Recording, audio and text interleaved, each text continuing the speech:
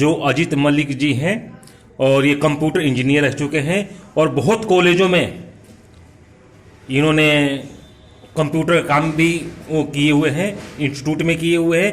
इन्हीं के मुख से सुनने में अच्छा लगेगा, आइए सुनते हैं। नमस्कार सर जी, अजीत जी। नमस्कार जी, नमस्कार। कंप्यूटर इंजीनियर NSIT में और MSIT में, इसके अलावा और बताइए अपने बारे में कुछ 4 लाइन ना सुनाइए, क्योंकि महान आदमी हैं भाई आप तो, बहुत मुश्किल से मिलते हैं आप। सर हम कोई महान नहीं है।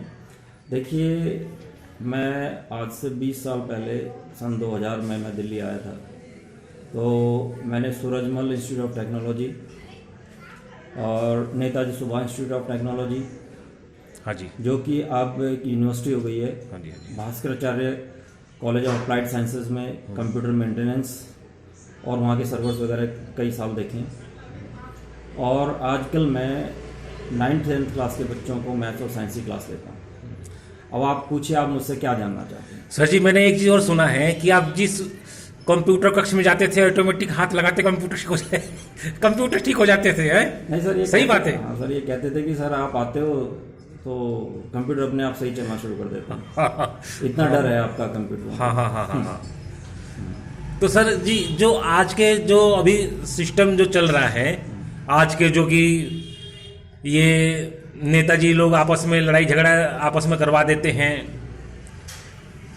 ये जो देश में शहीद हुए हैं उनके ऊपर ज़्यादा ध्यान नहीं दे रहे हैं, शहीद बालकों के कुछ आगे भी कुछ नहीं मिल रहा है, इसके बारे में 4 लाइन बताएंगे कुछ आप? सर देखिए, मैं आपको ये कहना चाहूँ, जननी जन्मभूमिश्च स्वर्गवादी अपि गरीयसी। जो हमारी माता है जननी और जन्मभूमि, ये स्वर्ग से भी श्रेष्ठ है। हाँ जी, हाँ जी, हाँ जी। तो और गुरु गोविंद सिंह जी कह गए हैं, राज करेगा खालसा। खालसा का मतलब है जो देशभक्त है, अच्छा, जो देश धर्म के लिए कुर्बान होने के लिए तैयार रहे, वही केवल इस देश पर राज करे। लेकिन हम यह क्या देख रहे हैं कि देशभक्त नहीं बल्कि गद्दार इस देश पर राज कर रहे हैं। और अगर हम किसी कुत्ते का नाम शेरू रख दें तो वो शेर नहीं बन जाता। उसी तरह से आज जो हम लोकतंत्र कहते हैं, हमारे देश में लोकतंत्र नहीं है। मैं आपको बताऊं, हाँ जी, हाँ जी, हाँ जी। अभी लोकतंत्र, आप कहोगे कि सर लोकतंत्र नहीं है, तो मैं बताता हूँ सर लोकतंत्र क्यों नहीं है। हाँ। आप ये देखिए कि जो परिवारवाद है, जो वंशवाद है, जो पैसा है, जहाँ पैसा धन बल चलता हो, ये राजतंत्र में प्रयोग होता था। और आज हमारे जो ये लोकतंत्र है, तथाकथित लोकतंत्र, इसमें आप देखिए, आप देखेंगे नेता जो है 3-3 करोड़ रुपए लगा करके टिकट लेंगे और फिर उस पर पैसा खर्च करेंगे। तो आप क्या उम्मीद करते हैं वो हमारे देश का भला करेंगे? वो हमारे देश का कभी भला नहीं कर सकते। हम तो ये चाहते हैं, न रोगी हो न भोगी हो, एक मोदी तो एक योगी हो, जो नेतागिरी में आने से पहले अपनी प्रॉपर्टी का पूरा ब्यौरा दे, और जब वो अपना कार्यकाल खत्म करे उसके बाद उसकी पूरी प्रॉपर्टी की छानबीन की जाए, और अगर वो पाया जाता है कि उसने कुछ गलत तरीके से भोगा है तो उससे 10 गुना उससे वसूला जाए, और कम से कम 10 साल की सजा, कठोरतम सजा उसे दी जाए। अच्छा सर जी, एक बात और पूछना चाहता हूँ आपसे, क्यों जो भी टिकट मिलते हैं क्या फ्री मिलते हैं कि उनको कुछ डोनेशन देना पड़ता है? सर देखिए, मैं राजनीति में तो हूँ नहीं, फिर भी लेकिन मैं देख रहा हूँ, क्योंकि मैं अभी गया था मुजफ्फरनगर वोट डालने के लिए, तो वहाँ पर मेरी मौसी का लड़का इलेक्शन में खड़ा था, वो भी मलिक है। तो उसने मेरे मामा जी ने मुझसे कहा कि भाई का ध्यान रखना और इस नलके पे वोट डालना। मैंने कहा सर देखिए मामा जी, ये जो मेरा भाई है इसने कवाल कांड को भुला दिया, लेकिन मैं नहीं भूला।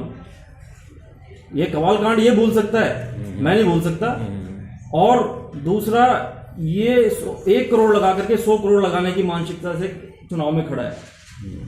इसका देश के प्रति लगाव कोई नहीं है, क्योंकि जब इसने अपने देश धर्म से इसका कोई संबंध नहीं है, इसका संबंध है केवल पैसा कमाने से। इसलिए मैं इसे एकदम भी वोट नहीं दूंगा। और मैं लट गाड़ के, मैंने 10 आदमियों के बीच में ये बात कही कि मैं केवल योगी जी के लिए यहाँ पर आया हूँ मुजफ्फरनगर, और केवल योगी जी को वोट दूंगा। और हमें उम्मीद है योगी जी से और मोदी जी से कि वो ये भ्रष्ट तंत्र जो हमारा फैला हुआ है पूरे हिंदुस्तान में, इसको खत्म करेंगे। और इस पे लगाम लगाने का जो दूसरा काम है वो सुप्रीम कोर्ट का है। सुप्रीम कोर्ट अपने आप को कहता है कि वो लोकतंत्र का रखवाला है, जबकि वो खुद लोकतंत्र का सबसे बड़ा हत्यारा है। ये मैं आपको समझा सकता हूँ वो कैसे लोकतंत्र का कैसे है सर जी, कैसे किस देखिए, बेस जो पे? कॉलेजियम सिस्टम है हमारे जुडिशियरी में, वो एक फौजी, जो सुप्रीम कोर्ट है वो लोकतंत्र का सबसे बड़ा खतरा बन के आज है, सबसे बड़ा खतरा है, क्योंकि उनका जो कॉलेजियम सिस्टम है वो लोकतंत्र के खिलाफ है। एक आम आदमी, एक जवान और एक किसान के बेटे को वो जज बनने से रोकता है। हाँ जी। जब तक उस सुप्रीम कोर्ट का चीफ जस्टिस एक आम फौजी, आम किसान और एक आम नागरिक का बच्चा नहीं बनेगा, और ये इन्होंने एक अपने कुछ सीमित परिवारों के बच्चों को ही जज बनाने का जो एक इन्होंने एक षड्यंत्र रच रखा है, ये खत्म होना चाहिए। ये लोकतंत्र के नाम पे एक धब्बा है, ये लोकतंत्र नहीं है। और मैं चौधरी चरण सिंह जी को सलाम करता हूँ, वो लोकतंत्र को बहुत पसंद करते थे और वो ये कहा करते थे कि मेरे बेटे को मेरे मरने के बाद राजनीति में न लाया जाए।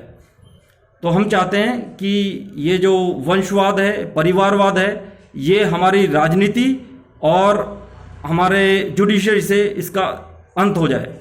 अच्छा सर जी, जैसे पहले भी बताते थे कि वंशराज, जो राजा महाराजा थे उन्हीं के वंशज तो फिर राजा बनते थे, किसी को चांस तो नहीं मिलता था। हाँ। लेकिन अभी भी देखने में आया है कि जो भी राजनीति में है, जैसे कांग्रेस का है, अदरवाइज और भी बहुत पार्टियां हैं, तो उनका जो वंशज चल रहे हैं तो किसी को चांस नहीं मिल रहा है, और मिल भी रहा है तो कुछ मोटे डोनेशन लेके मिल रहा है।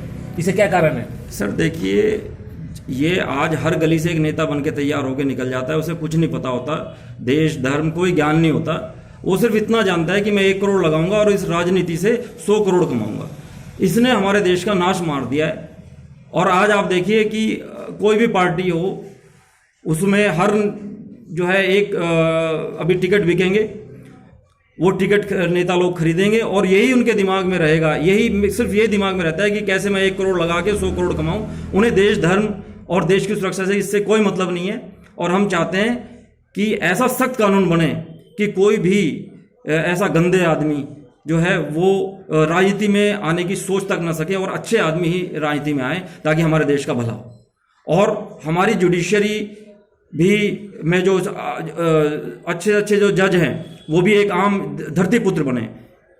ठीक है, जब तक एक धरती पुत्र वो नहीं बनेगा, वहाँ उस पोस्ट तक नहीं पहुँचेगा, तो हमारे देश का भला नहीं होगा। ये जुडिशरी और पॉलिटिकल रिफॉर्म हमारे देश की ज़रूरत है, और इसके लिए हम उम्मीद करते हैं योगी जी से और मोदी जी से कि वो इस रिफॉर्म को जरूर लाएंगे। ये मेरी उनसे करबद्ध प्रार्थना है कि वो जुडिशरी और ये पॉलिटिकल रिफॉर्म ये को जो है अवश्य इस मांग को हमारी पूरा करें। हाँ जी, अजीत मलिक जी जो हैं पहले भी क्रांतिकारी थे, सुभाष चंद्र बोस, और भाई बहुत क्रांतिकारी हुए हैं, और खालसा के भी उत्पत्ति हुआ है। आज की स्थिति में ये भी एक मेरे को लगता है महान क्रांतिकारी है, जो क्रांतिकारी को, ये हकीकत बता रहा हूँ, सच्चाई बता रहा हूँ आपको, कि ऐसे ऐसे इंसान अगर 10, 20 और 50 इंसान हो जाए तो हमारा देश आर्यावर्त था, आर्यावर्त है और आर्यावर्त रहेगा। ऐसे ऐसे इंसान हमें चाहिए, और ऐसे ऐसे इंसान होना चाहिए जो कि देशद्रोह नहीं, देश हित में बात करें। अजीत जी। सर देखिए, हमारे जितने भी, हमारा एक दुर्भाग्य है कि जितने भी हमारे देशभक्त थे, चाहे वो सुभाष चंद्र बोस हों, चाहे भगत सिंह हों और राजगुरु सुखदेव हों, आज वो ज़्यादा महान ना बन जाएं। लोग उनको बहुत पसंद करते थे, तो उनको गलत तरीके से जो है इतिहास से गायब कर दिया गया। गुरु गोविंद सिंह की जो शिक्षा थी, गुरु गोविंद सिंह कहते थे सकल जगत में खालसा पंथ गाजे, जगे धर्म हिंदू तुर्क भांड भाजे। और उन्होंने खालसा पंथ की स्थापना 1699 में की, और आज मात्र 300-325 साल में हमने उनकी शिक्षा को भुला दिया। वो चाहते थे कि सारे जगत में खालसा पंथ गूंजे और हिंदू धर्म जगह और तुरक भांड इस धरती से खत्म हो जाए। हाँ, तो उन्होंने भांड क्यों कहा, समझो इस बात को, क्योंकि भांड होता कौन है? भांड है जो एक बहरूपिया, जो एक राजनीतिक शक्तियां हैं, वो पूरे संसार पे कंट्रोल करना चाहती हैं। उसमें 3 राजनीतिक शक्तियां हैं। इस्लामिक हैं, वो चाहते हैं कि सारे संसार में इस्लाम का राज हो। क्रिश्चियनिटी चाहती है पूरे संसार में क्रिश्चियन का राज हो। और कम्युनिस्ट चाहते हैं कि हमारा राज हो। वो एक रिलीजन का चोला ओढ़ करके आई हैं, जिन्हें गुरु गोविंद सिंह जी पहचान गए थे, इसलिए उन्होंने उनके लिए भांड शब्द का इस्तेमाल किया। हमें इन भांडों को धरती, अपनी हिंदुस्तान की धरती से खदेड़ना है और इस संसार को बचाना है। बस मैं तो यही कहना चाहूँगा। और बाकी आप गुरु गोविंद सिंह जी को पढ़ें, उनको समझें। ठीक सर जी, बहुत बहुत धन्यवाद आपका हमारे साथ आने के लिए। आप इस चैनल को ज़्यादा से ज़्यादा शेयर करें, लाइक करें और आगे तक बढ़ाएं, ताकि लोगों को इनकी बातें समझ में आए। इन्होंने बहुत अच्छी बातें कही हैं, इनके लिए बहुत बहुत आपका धन्यवाद सर जी। थैंक यू, धन्यवाद, नमस्कार।